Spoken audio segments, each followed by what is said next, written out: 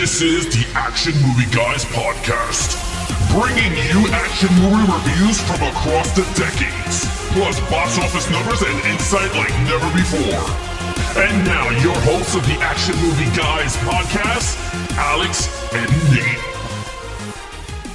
Welcome, everyone, to a brand new episode of the Action Movie Guys podcast, episode 77, Rush Hour 2 from 2001. I'm your host, Alex Figueroa, and my co-host is Nate from Netflix Reviews. All right, Nate, how long has it been since you've seen Rush Hour 2 from 2001? Like I said last episode, since that field trip I went on with my brother. So I don't know, that was like maybe 7 years, maybe like 2014, 2013, something like that. Somewhere around there. I watched it on a bus on a field trip. Yeah, I haven't seen this movie in a long time. I don't know why, but yeah, I haven't seen it in a while. But we'll get into it. Maybe there's a reason why. We'll get into it right in the movie reviews. But for those of you that are watching us on YouTube, please hit those like buttons if you enjoyed this review. Hit those notification bells so every time movie reviews drop, you guys will be notified. And of course, if you're new to the channel, subscribe to the channel, support the channel. And then for those of you that are taking us with you on the go, whether you're going to the gym, to work, or you're just walking your dog, picking up crap. All you got to do is search for Action Movie Guys on any other platforms, whether it's TuneIn Radio, Apple Podcasts, Spotify, anywhere you listen to your podcasts on, and hit those auto downloads, and we will appreciate that. But with that said, let's get right into some box office numbers, Rotten Tomato scores, and then right into the movie review, starting off with box office numbers. All right, Rush Hour 2 from 2001, Nate. Domestic, $226 million. International, $121 million. On a worldwide total of $347 million on a budget of $90 million.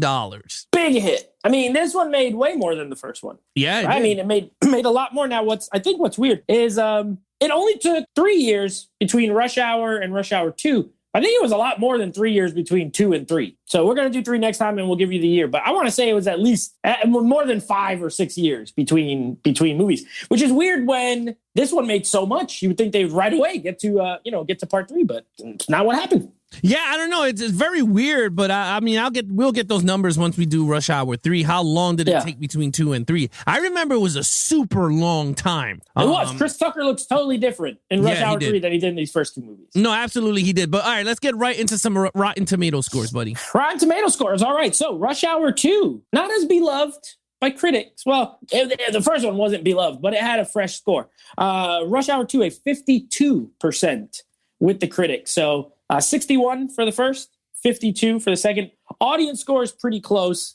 It was a 78 for the first movie. It was a 74 for this one. So the audiences, we'll call it even. They liked it just as much as the first. Critics, not as much. But yeah, so the audience score is good. Critic score, not so good. Yeah, you know how we do it here. We take those scores, we shove it out the window. And then, of course, you guys are here for our scores and our review on the Rush Hour franchise series. So we're going to start it off with Rush Hour 2. And of course, Nate always starts this off with some Jackie Chan, Chris Tucker in the lead character. Yes. So I gave them a 5 in Rush Hour 1. And you know what? I'll just be honest. I gave them a 5 again. I mean, their chemistry in this movie is as good, if not slightly better than the first movie. Maybe because they had worked together already. You know what I mean? Like there's familiarity, but it's not worse. So I'm not going to give it a lower score. They play well off each other. In this one, Jackie Chan's a little more, his character's a little different, because they're in his hometown. So he got a little more swag in his hometown, and their banter's still funny. But yeah, I give it a 5. I think that they're a great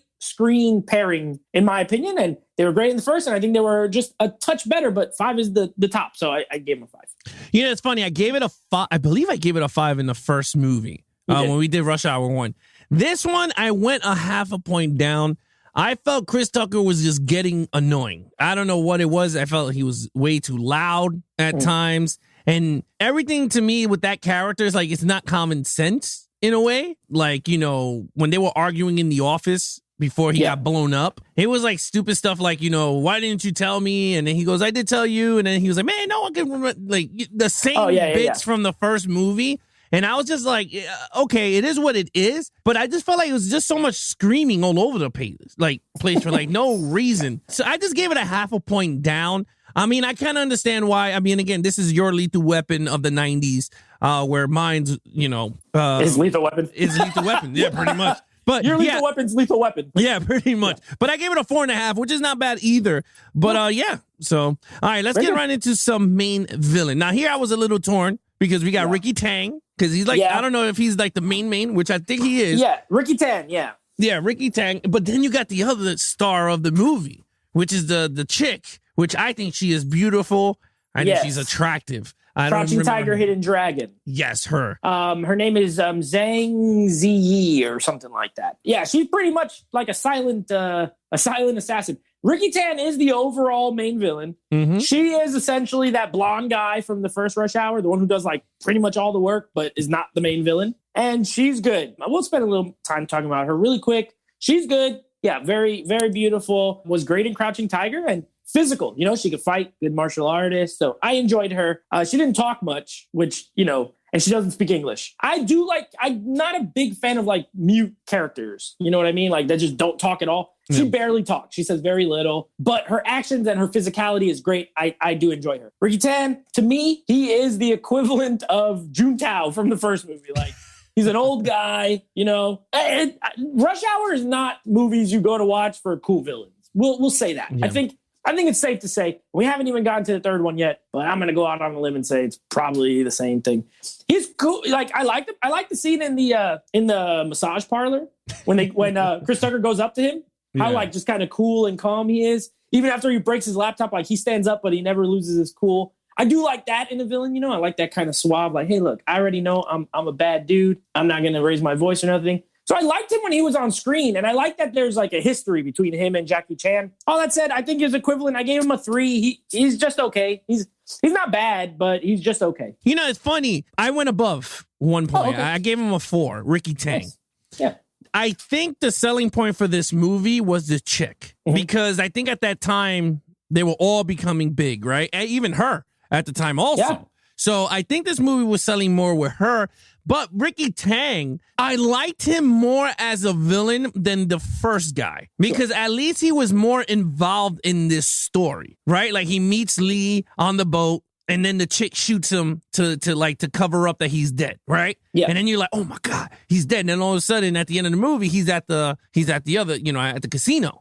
So you're like, whoa, like this is where the plot twist is here, and I like it. I mean, of course, we've seen the movie, but when you rewatch it, you're like, okay, now I'm kind of understanding the story. I liked this villain way more than Juntao. I think Ricky Tang, was better. He had more history with Lee, which is Jackie Chan's character. He killed the father. And then so there was more history there between the lead character against, you know, the main villain. So with that said, look, I gave Juntao, I gave Ricky Tang, I gave him a 4 out of a 5. All right, let's get to your favorite scenes, the action scenes. I think this movie has slightly better action scenes than the first one, mainly because there's a few more, and they're more hand-to-hand fights. There's more hand-to-hand fighting in this movie than there is in the first movie. Like Jackie Chan, more stuff with him, which is fine by me. It's an action movie, you know. Well, it's a buddy cop movie. It's more of a comedy, but a comedy with action.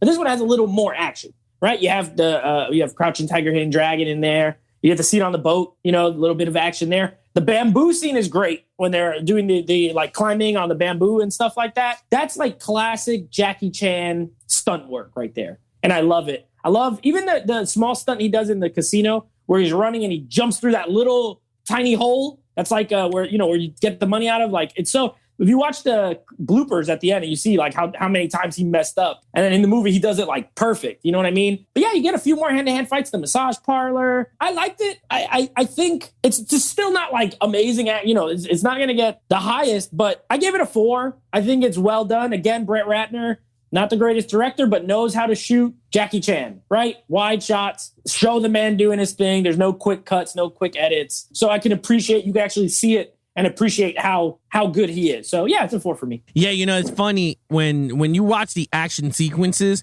you're right. I mean, they are way better than the first movie. Again, it's a sequel. I felt Chris Tucker had more hands-on fighting in this one, which I give him a lot more credit. Very stiff, not fluent like Jackie Chan, but it is what it is. He did pretty good in his scenes. He was awful. He was believable for someone that's not trained in karate. Like, so you can see that Lee taught him something here and there. So, I mean, it is what it is. You're right. The scene with the bamboo, I thought, was, to me, the best scene of the movie. Them running up, and then he's fighting, and then he goes through the house, and then he's kicking them off. And I thought that was all pretty cool. Then he goes, bamboo, very strong. And then they just starts off. breaking. Yeah. So I thought that was like really genius of it. I like the casino mayhem that just breaks out. Even when Chris Tucker is fighting the main chick, I forgot her name, but they're fighting each other.